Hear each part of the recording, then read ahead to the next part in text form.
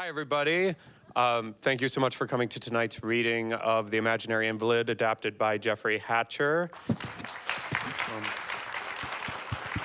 Bravo. Yes. My name is Nathan Winkelstein. I'm the producing director of the reading series. I'll be moderating this discussion. I just want to introduce everybody. This is the wonderful Mirabelle Ordinaire, who was dramaturg and also did the literal translation of the play as part of the adaptation process and has been extremely helpful throughout. Jeffrey Hatcher, our playwright, and Jesse Berger, who's distracted watching actors run out the door, both the artistic director of Red Bull Theater and the director of tonight's reading. For those of you watching online, you can ask questions. You can just put them into the chat. And then I swear I'm not checking texts from my wife. Someone from backstage will text me and this will buzz and then I'll have that question. So go for it from home. But in the meantime, while we wait for a couple of the actors to change, I would love to just start with, so Jesse, this is a completely new adaptation of this play that was inspired by you being really passionate about this play. So I'm curious what first drew you to this play and then what encouraged you to follow this particular pattern of creating what we have tonight. Yes, thank you, Nathan, and thank you, everyone, for joining us. It was great to hear this version for the first time in front of an audience. It's true, I love Molière, and I like this play a lot, but the person who's missing from the conversation, who maybe will join us later, is Mark Lynn Baker. Mark and I had a lunch. Yeah, bravo, Mark. Mark and I had a lunch, some time ago, and started talking about plays we might like to do together, and we hit upon this one. I think this was the play that he first mentioned to me in the lunch, and then we said, oh, that's a great idea, and then we talked about at least a dozen other plays, and Jeffrey was part of the conversation, but from Minneapolis, and I was sending him lists of plays and saying, Mark and I are talking, are you interested in maybe working together on something like this? And we looked at, again, probably a dozen plays, and then back and forth, sent some scripts to each other. But we came back eventually to Imaginary Invalid, and one evening, Mark and I happened to be at the same event, a Red Bull Theater event, the running of the Red Bulls, which you should all mark your calendars for on the first Monday in June. Many things happen there. It's a great night. And he said, maybe we should get together and just hear the play, The Imaginary Invalid. And so we did. We gathered, and Jeff was in town for another workshop, and we heard the play with a public domain version of the play that was translated. But, some of the reasons that I got excited about the play and that Mark and I and Jeff were talking about it had to do with healthcare and how, how, of course, we all deal with healthcare and health issues in our lives, and they're often serious, but they're also often absurd. And so I think, I can't remember exactly now at the lunch we had, and maybe Mark will remember a better anecdote than I, but we were laughing about some of the absurdity of health and doctors and insurance policies and co-pays and this and that. And so, it did strike me that these are things that all of us deal with, and that wouldn't it be nice to have a laugh at it? And that's some of the genesis of it there. And so once we decided that, you knew that there would be an adaptation process involved, and wanting to do it correctly, I think, came to Mirabelle. Mirabelle, can you tell a little bit about your own expertise and then how you were brought into this project and what you brought to it with the literal translation, how you went about that? Well, I've known Jess and the Red Bull for a while. I don't know how many years, but it's been a long time. We've collaborated on many French plays together, and Jesse approached me and asked me if I would be up for doing a literal translation of the play, and I said, as long as it's not meant to be published, yes. But it was very interesting for me to be asked to do that because it forced me to really delve into the words and the work itself in a way that I don't necessarily do when I just read it or when I go see it at the theater. And so it was very, very interesting. And so I applied myself to, as we discussed, and to make Jeffrey's work as easy as possible to really translate the meaning. Welcome. The meaning of the word. Oh, hi. Hey. Slight pause to introduce some of our actors. Quick introduction, and then we will jump right back into Mirabelle's story. The wonderful Kelley Curran, who played Beline. Boatman played Angelique. And then that guy over there, Arnie Burton, who played somewhere between 3 and 7 doctors. And then, sorry, please continue. I'm not sure I have many more things to say. Let me jump in and just Yeah. add a little bit of anecdote to two things. One is Arnie was at the original, the table read that I was talking about that we did of the literal translation, and so was Kelley. And we learned a lot at that, and Jeff had done a quick edit. Maybe I'll just toss it over to, maybe you could fill in the gaps on the story of how we got from that reading to tonight. Sure. I want to say that the public domain translation that we used might have been by John Wood, perhaps. From Wall, I think. Wall? Because John Wood's an actor. I think it was a Wall. But no, there was a John Wood who's a translator, too. Oh, okay. Well, Google. No. And the famous translator Albert Finney and Laurence Olivier. But at any rate, like an 1890s era thing. And, you know, it was clean and all that, but it was for its time, and it did its fixes based on what it was about. And I think I tried to adapt about 20% of it just to see what would work. So, you know, we had that, we'd go speed bump from getting to the old to the new, et cetera, et cetera. But, you know, it was just to check to see that we had the bones right. I mean, oddly enough, the play hasn't been done in New York, I don't think, for years. It's done a lot around the country, and it's often done in university settings, but nothing on Broadway or off-Broadway in I don't know how long. It's like 30 years since the last off-Broadway production, 20 years maybe. If you, I think I saw the last off-Broadway production. It was at the Pearl Theater, and it was about 20 years ago. Yeah, but as far as beyond that, it's further back than 20. That's all I know. But I think the main thing was, you know, that Mark wanted to do it, and Mark's the anchor tenant for the show, and that really is a helpful thing. If you say, all right, we're building the show, you know, the imaginary invalid, and who's the main character, et cetera, and then you kind of know what kind of show it's going to be. And, you know, Mark is not an evil person. And I say this because, you know, sometimes you see productions of this play where he's just terrible. The invalid is an awful, awful person, and they, like, kill him at the end or something. And so you say, all right, so everything bounces off, you know, the centerpiece of the show. That means, like, Arnie can be a bad guy instead. Yes. But it does help. It's like saying you're going to do Gypsy for Ethel Merman. And some of the ideas that came out in this version came from the conversation we had with the actors. Arnie's a good example. We sat around the table for about an hour after that reading and said, well, maybe all the doctors should be one actor, or maybe it should be 3, you know. And eventually, Arnie demanded that they be 3 actors, and we said, okay. We did cut at least 2 characters. There's another daughter that we cut. Aside from anything else, Argonne does some hilarious beating of her on stage. That, you know, it just really is joke a minute these days. And Argonne's brother, who comes in and talks to him for a long time, we got rid of him. And the 3 major musical parts, but we kept a hint of music in the show. Yeah. I would love to open it up if anybody has questions in the audience about the adaptation, about the reading, or anything like that. Yes, please, right here in the front. I'm curious if there's some jokes that in the play that only work in French, and so you have to circumvent it altogether or go somewhere else.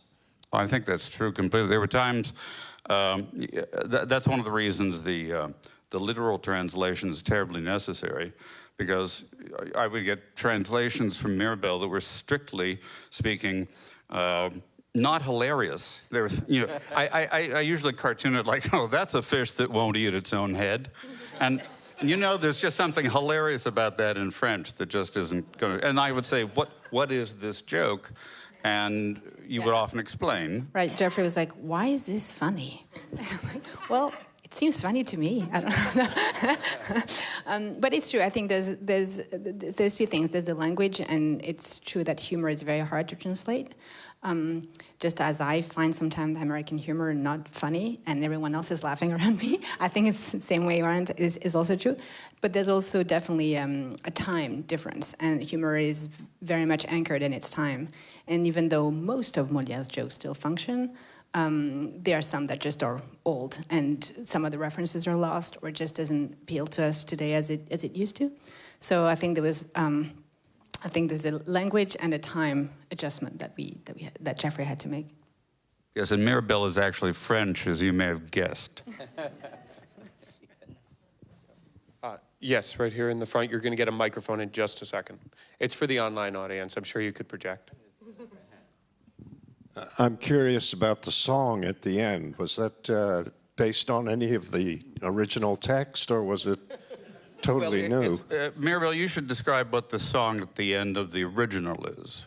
Right, so the play ends with something that's quite unique that I've never seen elsewhere in Molière or in any other playwright, actually. Molière invented his a unique language, which is based on French syntax, but words with all of Latin suffixes, and some Italian and Spanish thrown in there.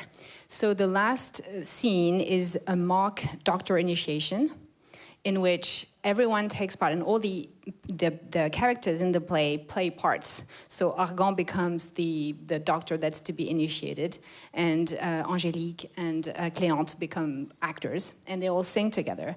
And so you have the first doctor, second doctor is like, what do you do when this happens? And then it's always the same remedy for every illness. There's a bunch of jokes, but the funniest thing about the scene is that it's all in this weird language that is at once remote and also very understandable for a French audience.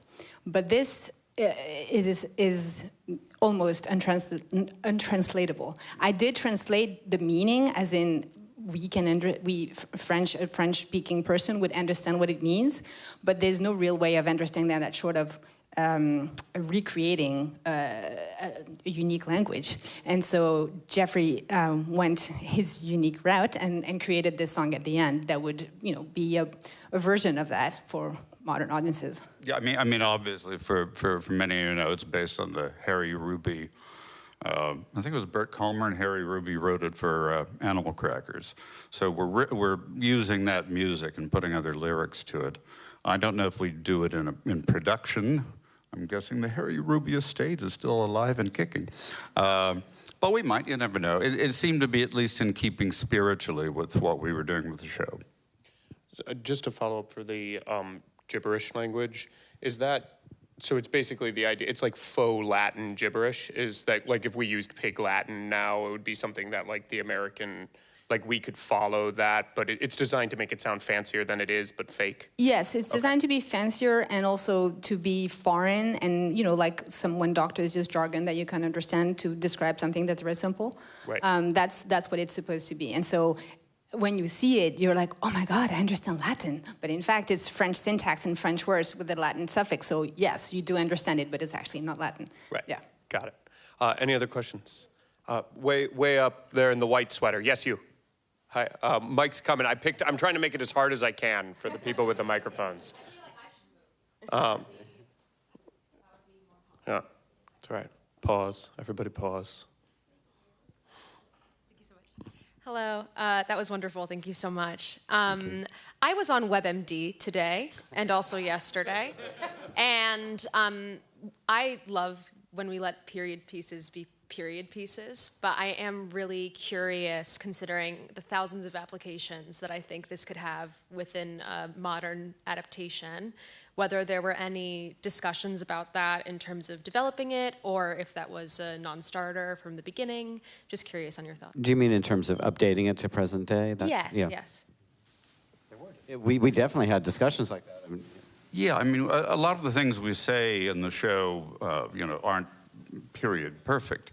But at the same time, I think if you try to update it, a lot of things won't work. Certain things will just break down. Like the law stuff about leaving money to your wife, et cetera, et cetera. Some things only really seem to exist in the 17th century. And, as you move it forward in time, you find where you stub your toe. So we preferred to say it's in the 17th century, but still allow little jokes about, insurance and things like that. We'd probably do more of that. But I don't think you'd ever see like an X-ray machine or, I don't know, do people take enemas? I'm looking at you like... Well, Jeffrey. Kelley, your experience with enemas is as follows. Thank you. Good night. No, we did talk about it a lot. I remember us having a conversation about, you know, if we were to set it in a contemporary moment, is it sort of a tricky contemporary moment to do that post-pandemic, to sort of question the medical and the science fields, and you know, we had that discussion. Right. The other thing that comes to mind is the question of the father who has control over the daughter's marriage, which is harder to put over as a present-day situation in our country. But I mean, I feel like even without moving it into the present time, you were on WebMD today and yesterday. I've watched 10,000 seasons of Grey's Anatomy, so I know everything about medicine, and I think I have lots of, you know, maladies. So I think even if it's not in 2024, there's so many concepts that come through that we can identify with regardless. Yeah, I was going to say these days anyone who goes on WebMD thinks that they have some form of truly fatal disease whenever they look up anything, which feels kind of like our lead guy here. Do we have any other questions around? Yes. I have two very quick questions. Just wait for the mic. There you go. The reference to syntax, was that actually something in the original? No. Why? Oh, when he says the syntax was bad? You made that up? Yeah. And what about the reference to the legal stuff? The law in Paris allowing this and that not to... That's pretty close. That's Really? pretty close, yes? Yes. Yeah, yeah. Maybe 90% was Molière and a little fudging on my part, but mostly Molière. It was a beautiful production. Excellent. All the actors were phenomenal. Thank you. Thank you. Bravo. Yes. And one day's rehearsal, mind you. These actors were truly amazing. We're very blessed to have them. Yes, up in the brown sweater.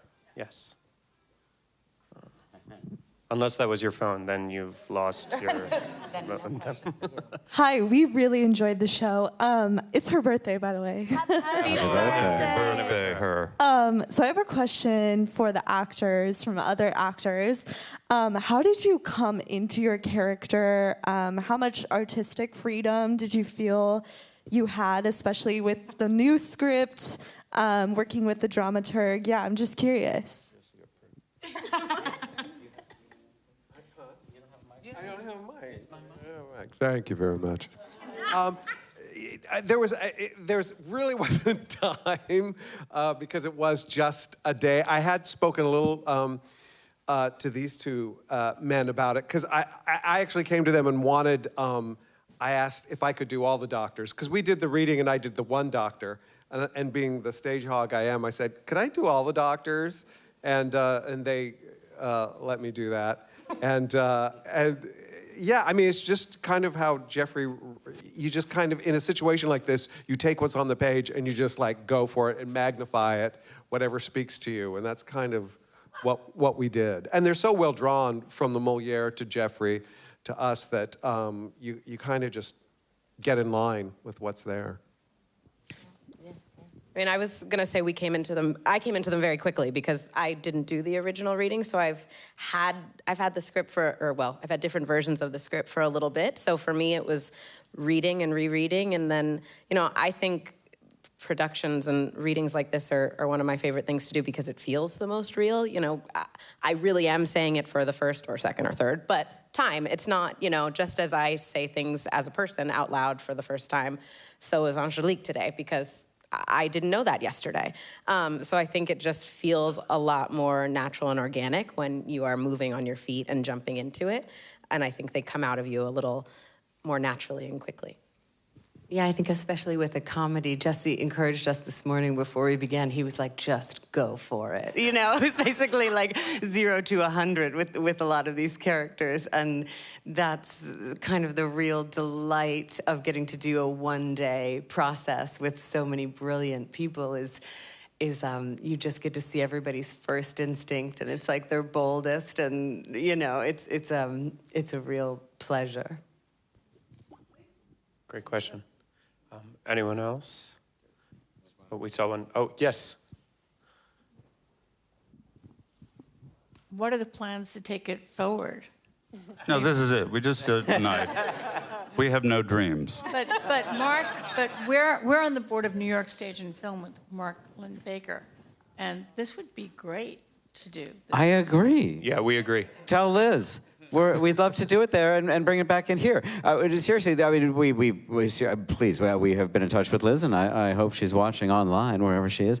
And we would love to do a production of it at Red Bull Theater as soon as possible. And if we could do a partnership with New York Stage and Film, that would be even more wonderful. Or FIAF. Or what? Or FIAF. Or FIAF, the French Institute Alliance Française. If you'd like to, yes, we'd love that. Yeah, but there aren't any concrete plans, and as Jeff alluded to, I mean, you know, we've built it around Mark, and so we want to make sure Mark still wants to do it after today. I hope so, but he's not here, so I'm worried. I'm sure he's tired, but assuming Mark still wants to do it, then Mark's doing a production of Tartuffe across town. Yes, then we'll be looking for a time and place to do it, and frankly, we're like New York Stage and Film, as you know, because you're on the board. We're a not-for-profit theater off Broadway. We've got to raise the moolah to make it possible. Really great. Thank you.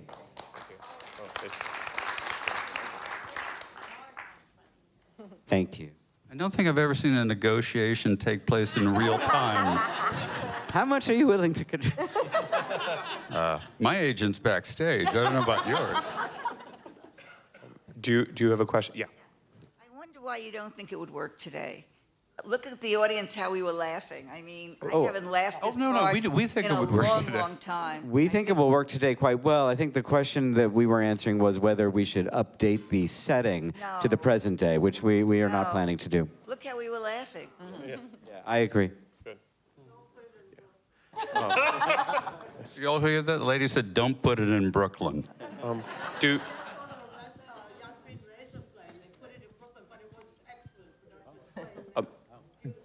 Do we have any other questions or people offering to co-produce with us? Yes, right up front. I don't have a question, but I just want to say to the actors on stage and the actors that are not on stage, you were all brilliant. Thank you. Here, here, bravo.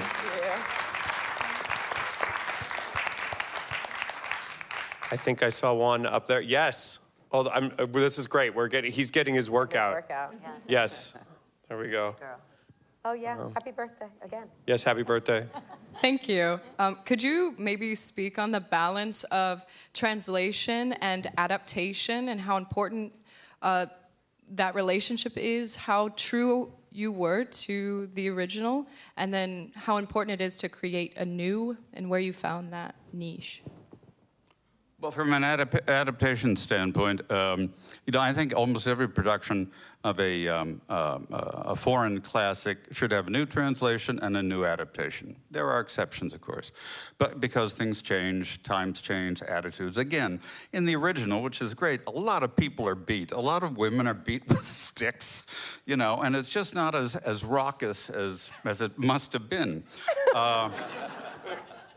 But I think adaptation, and tell me if you agree on this, always has an element of betrayal. You're changing things. You're throwing a joke out. You're putting another routine in. But you're always trying to hew closely to the core of what the original is. So in the best of all possible worlds, a year from now or whenever, we'll do a production and somebody will say, I really like that joke, and I won't remember if it's me or Molière. It's kind of nice to get confused. I also, if somebody compliments, I can say, well, thank you. And if they say they don't like it, I go, Molière. I think we have time for one more yes up there in the red sweater. He had just made it all the way back down. It was really a delight to watch and to hear. But I have a question. There's all this talk today about sort of what is permissible and what should be taken out in sort of in the times we're in. So did that come into it at all? You were saying that the women were beaten pretty regularly, but is there something else that you felt was borderline, or something that you hesitated to put in or keep? Or I'm just wondering Just the about odd that. word, you know. They again, and these were supposed to be comic beatings. They'd frankly be, you know, if you watched old episodes of the Carol Burnett show, you'd see the exact same sort of thing. You know, occasionally Argonne calls Toinette a slut and a bitch and things like that. And you know, it's you can find other words for that. And the problem these days is it's not necessarily a question of politically correct. It's a question of the audience being taken out of the play for a moment. You know, you might be taken out of the play because you go, oh, you shouldn't say that. Or, oh, they said that. They're pretty brave. But then you're taken out of the play because you're thinking that. So I think the idea is to try to get the sense of it without any of you suddenly thinking about things we don't want you to think about. Were there any moments like that tonight where you were bumped out of the play? Good. Well, the quotation, the musical quotation, yeah. Thank you. Well, we should probably say that in the original, it's kind of a lengthy mini sheep opera, right? It's fair, right? Sheep the musical, yes, that's indeed, yes. So Cléante and Angélique do have a duet. They do, and they're improvising on the spinet. You know, he comes up with this lengthy story, and she joins in, and that's how they communicate with Argonne in the room. So it's kind of a secret way of communicating. But I think what you did is exactly. We just thought, let's take some well-known French music or music that's supposed to be French and have fun. Mm-hmm. And having gotten here and learning the songs this morning, I was so very glad it was I Dreamed a Dream, a song I have heard once or twice before. Yeah, the Marseillaise had to be taught, though. Well, thank you all so much for coming tonight. Thank you. Yes. And have a wonderful rest of your evening. Thank you. Good night.